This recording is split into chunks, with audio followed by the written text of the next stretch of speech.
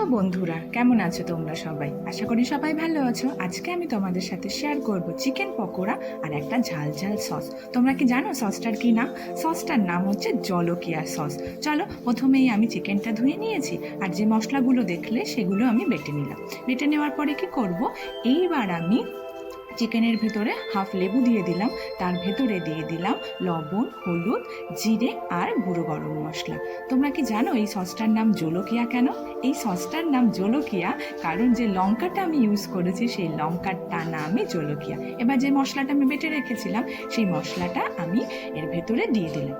এবার এবার কি করব, এবার আর কিচ্ছু না, হাত দিয়ে ভালো করে এটা মিশিয়ে নেব। এটা হচ্ছে চিকেন পকোড়ার জন্য আমি চিকেনটা রেডি করে নিলাম। এবার কি করব, এবার আমি জলকিয়া সস বানানোর জন্য টমেটো, রসুন, ধনেপাতা আর যে দুটো বড় বড় লঙ্কা দেখছো ওটাকেই বলে জলকিয়া লঙ্কা, এগুলো ভালো করে বেটে নিলাম একটু জল জল করে। এবার কড়াইতে একটু তেল দিয়ে তার ভেতরে যেটা আমি বেটে রেখেছিলাম সেটা দিলাম। আর গ্রাইন্ডারে যেহেতু একটু ছিল, আমি গ্রাইন্ডারের ভেতরে একটু জল দিয়ে আমি এটা দিয়ে দিলাম কড়াইতে।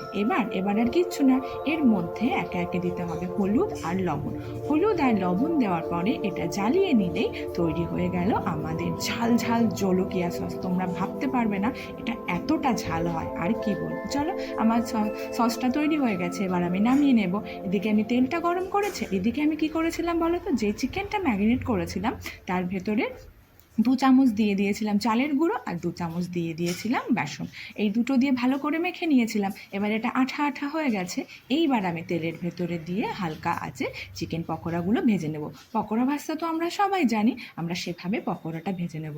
তোমরা জাস্ট বিশ্বাস করবে না, এই সসটা এতটা ঝাল হয় আর এতটা টেস্টি হয়। যারা আমাকে পার্সোনালি চেনো তারা তো জানো আমি ঝাল খেতে পছন্দ করি না, কিন্তু এই সসটা ঝাল হলেও আমি খাই। চলো, আমার পকোড়াগুলো হয়ে গেছে, এবার আমি নামিয়ে নিই।